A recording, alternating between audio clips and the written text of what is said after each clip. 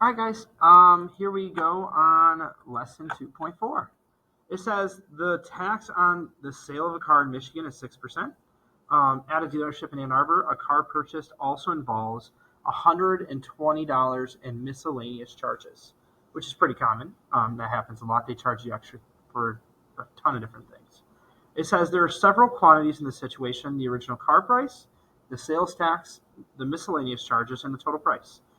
It says write an equation to describe the relationship between all the quantities when. So before we even get started, there's one variable that we have to define. I'm going to say that T is the total cost. Before we even start making these equations, we have to define our variables. There's also one other thing that we have to do before we can even start building our equations. And it has to do with this 6% sales tax. So what I'm going to do is I'm going to take this 6% sales tax, and I have to turn it into a number that I can use within my equation. In order to do that, what I do is I take this 6% and I'm going to add it to 100%. Okay, that's kind of what I got going on here. So I take our 6% sales tax, I add it to 100%, and that will turn it into 106%. Right? From there, I don't want to just put this in my equation. I want to take this and also then turn it into a decimal. So 106% turned into a decimal is going to turn into 1.06.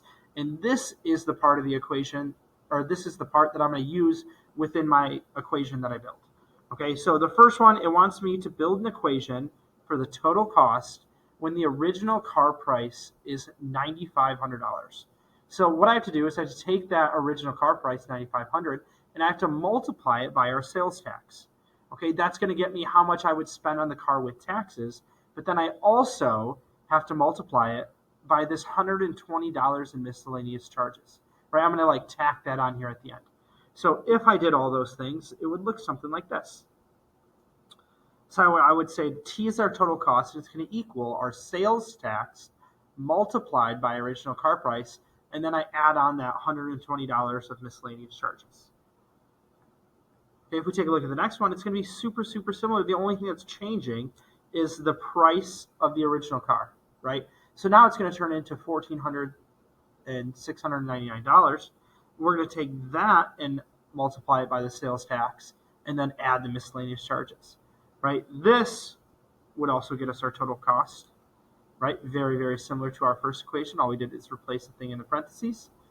If we take a look at the next question, our next question wants us to say that the total price, so instead of having T be unknown here, we actually know what it is.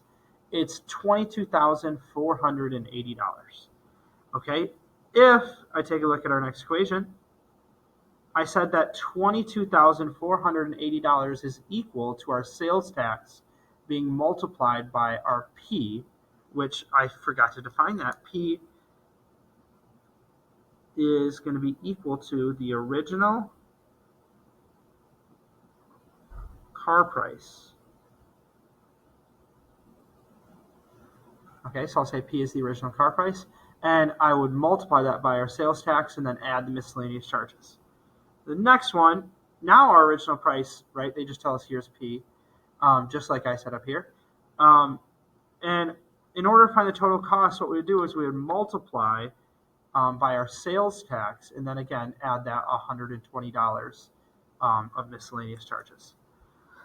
I know that 2.4 has a number 2, but it just gets super confusing, so we're going to skip that one for now, and we're just going to keep all this info. All right, that's it for the lesson.